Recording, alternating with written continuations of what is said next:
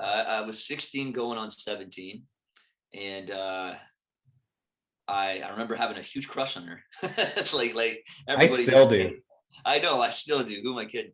But I was in a vocal class that year. And for me, I'll be honest, at that point, I didn't, you know how guys are, like, I didn't want to be in a choir in high school. Cause I was like, oh, this isn't cool. My friends are going to make fun of me. I'm like, I was that kid. And, but sure enough, they made the vocal class the choir. So I didn't really have a choice in the matter. So, but that was one of the best things that ever happened to me because I met one of my greatest music mentors, which was a woman by the name of Linda Gatto. And she was my vocal coach and teacher. And and she, like I said, she was one of those people that believed in me before I believed in myself. And she would give me solos for the first time and things like that. And she really helped me break me out of my shell. But later on in that semester, uh, there was a couple schools that were in line to perform with Shania, and they picked Cathedral High School in Hamilton, and they needed 8 students to sing "God Bless the Child" with Shania Twain at Cops Coliseum in Hamilton, This is like and on her tour or something. on her tour. So I think every city she had like a choir coming in to sing the song with her. So on her tour, we were picked for Hamilton, and sure enough, we were able to go on stage and perform with her. But I remember that we were practicing harmonies for like 2 months leading up to the show.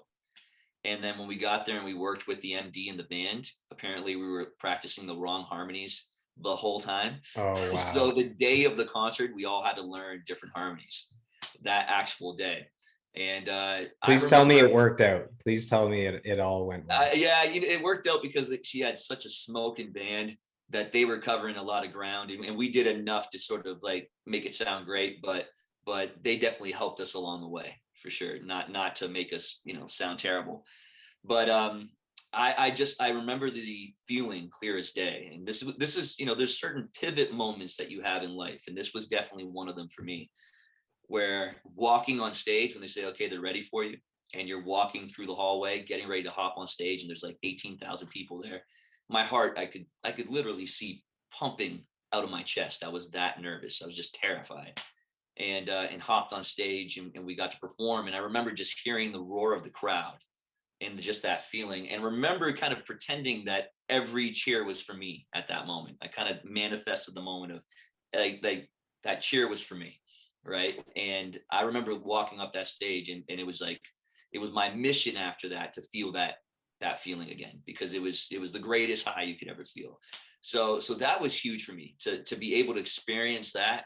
I was like, I have to do that again. I have to figure out a way to do that again.